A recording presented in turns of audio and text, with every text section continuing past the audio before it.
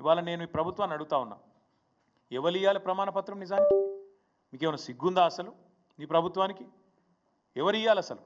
నువ్వు ఇవ్వాలి, నీ ప్రభుత్వం ఇవ్వాలి. ఊరూరా ప్రమాణ పత్రము, డిక్లరేషన్ ఏమని ఇవ్వాలి? నువ్వు చెప్పు. నువ్వు అసలు నీ ప్రభుత్వం రుణమాఫీ చేసింది అని బయట డైలాగులు కొడుతున్నావు. పెట్టు ఊళ్ళల్లో లిస్టు. ఏ ఊళ్ళో ఏ రైతుకు ఎంత రుణమాఫీ అయిందో దమ్ముంటే పెట్టు లిస్టు. ఏ ఊరిలో ఏ రైతుకు నీ ప్రభుత్వం ఎంత రుణమాఫీ చేసింది, ఎన్ని ఎకరాలకు చేసింది, ఎన్ని లక్షలకు చేసింది పెట్టు దమ్ముంటే. ఊళ్ళో పంచాయతీ కాడ, గ్రామ పంచాయతీ ఆఫీస్ కాడ మొత్తం లిస్టు పెట్టు. ఎవరికి ఎంత అయిందో ఎరకైతుంది ప్రజలకు కూడా. రెండవది, ఏమి ఇవ్వాలి నువ్వు? డిక్లరేషన్ నువ్వు ఇవ్వాలి, నీ ప్రభుత్వం ఇవ్వాలి. ఏమి ఇవ్వాలి చెప్పాలి నువ్వు. ఈ ఊరిలో ఎంతమంది భూ యజమానులు ఉన్నారు, ఎంతమంది కౌలు రైతులు ఉన్నారు, రేపు నువ్వు భూ యజమానులకు రైతు భరోసా ఎట్లా ఇవ్వబోతున్నావు, ఎట్లా నువ్వు కౌలు రైతులకు ఇవ్వబోతున్నావు, లిస్టు పెట్టు.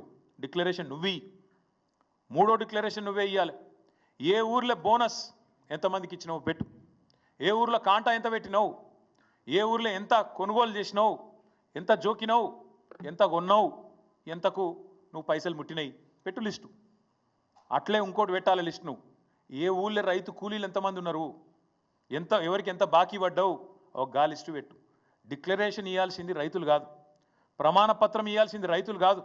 ఇవాళ ఇమానం తప్పిన ప్రభుత్వం ఇవ్వాలి, నీతి తప్పిన బేయిమాన్ ప్రభుత్వం ఇది. మీరు ఇవ్వాలి ప్రమాణ పత్రం రైతులకు. ఊరూరికి లిస్టు పెట్టు. పెద్దలు ఓ సామెత చెప్తారు, ఒక కుక్కను చంపే ముందుగా దానికి పిచ్చి కుక్క అని ముద్రేయాలి. అట్లయితే దాని సంపుడు అల్కగా అవుతుంది. ఇప్పుడు రైతు బంధు పథకాన్ని కూడా బొందబెట్టే ప్రయత్నం ఈ ప్రభుత్వం చేస్తుంది. ముమ్మాటికి నేను మా పార్టీ తరఫున ఆరోపణ చేస్తా ఉన్నా. రైతు బంధు అనే ఒక విప్లవాత్మకమైన పథకాన్ని బీఆర్ఎస్ పార్టీ తెస్తే కేసీఆర్ ఆనవాళ్లను లేకుండా చేస్తా అని ఎప్పుడైతే రేవంత్ రెడ్డి చెప్పిండో అప్పుడే రైతులందరూ రాష్ట్రంలో అర్థం చేసుకుని ఉండాలి.